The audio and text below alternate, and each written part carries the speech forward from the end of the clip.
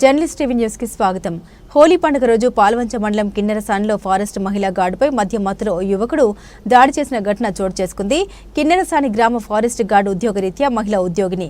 హోలీ రోజు డ్యూటీకి వెళ్తున్న క్రమంలో శివ అనే యువకుడు మద్యం మత్తులో ఆమెపై రంగులు పూయడానికి ప్రయత్నం చేశాడు. సదరు మహిళా ఉద్యోగిని డ్యూటీకి వెళ్తున్నానని రంగులు పూయవద్దని బ్రతిమలాడినా వినకుండా రంగులు పూశాడు.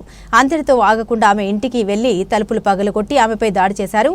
అదే రోజు శివపై స్థానిక పోలీస్ స్టేషన్లో ఫిర్యాదు చేసినా కేసు నమోదు చేయలేదని ఆమె వాపోయింది. తనకి ప్రాణహాని ఉందని పోలీసులు స్పందించి తనపై అకారణంగా దాడి చేసిన శివపై చర్యలు తీసుకోవాలని వేడుకుంటుంది. నా పేరు జ్యోతి, గుంటుపల్లి జ్యోతి, కిన్నెరసాని గ్రామం సార్. నేను హోలీ పండుగ రోజు రంగులు పూసారు, అయిపోయింది. డ్యూటీకి వెళ్తున్నాను సార్. నేను డ్యూటీకి వెళ్ళే దాని మార్గమధ్యంలో శివ అనే అతను బాగా తాగి కలర్ పోయడానికి వచ్చాడు. నాకు పుయ్యొద్దు అని చెప్పినా కూడా వినకుండా అలాగే మా ఇంటి దాకా వచ్చి మా తలుపు ఎగిరితన్ని నన్ను ఎట్లా పడితే అట్లా కొట్టాడు సార్. కండవ ఉరేసి చంపలే బాధాడు. నాకు పోలీస్ స్టేషన్లో కంప్లైంట్ ఇచ్చాను. నేను పోలీస్ గారు ఒక తీసుకొచ్చి కూర్చోబెట్టారు, బయటికి వదిలేశారు.